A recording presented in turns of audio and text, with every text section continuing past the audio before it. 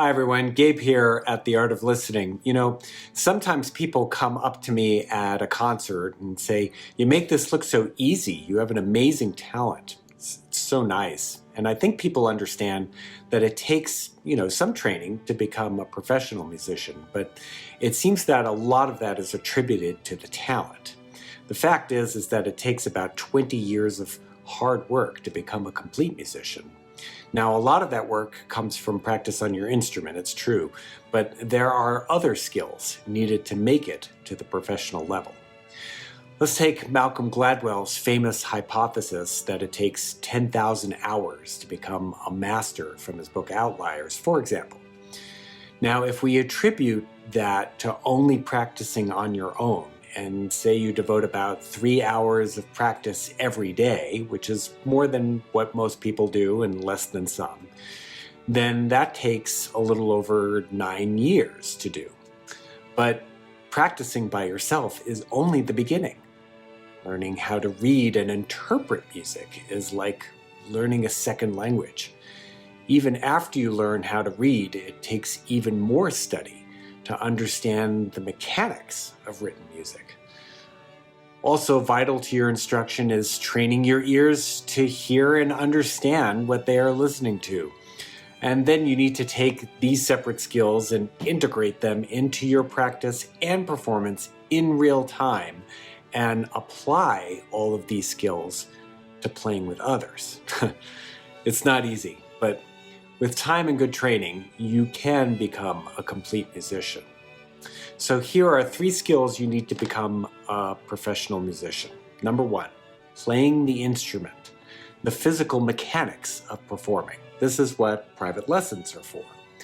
Number 2, reading and interpreting the music, being able to identify notes, dynamics, and many other terms and instructions that come with each piece.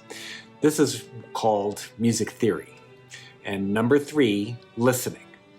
Not just hearing what you are doing, but also being able to evaluate how you are performing and coordinating with others in your ensemble. That's what we call aural skills, or sometimes we call it sight singing. So where can you get these skills? Taking all of these classes sometime in your training is critical, and the earlier the better. Many teachers incorporate music theory and aural skills into their private lessons, as you have to have some of these skills in order to play anything, really. And a few high schools will have dedicated time towards building these skills, as well as performing in ensembles there. But if you do get into a music school in college, they will provide you with these classes and the prerequisite classes. They are usually 3-credit courses with 4 levels each, so you can see how extensive these skills need to be. However, there is no substitute for taking dedicated classes and private lessons early on in your training. You can find many of these classes in online training courses right now, and you can also look for pre-college music schools in your area when things free up a little bit more. Most of these institutions will offer the classes I am talking about, as well as private lessons. Absolutely essential.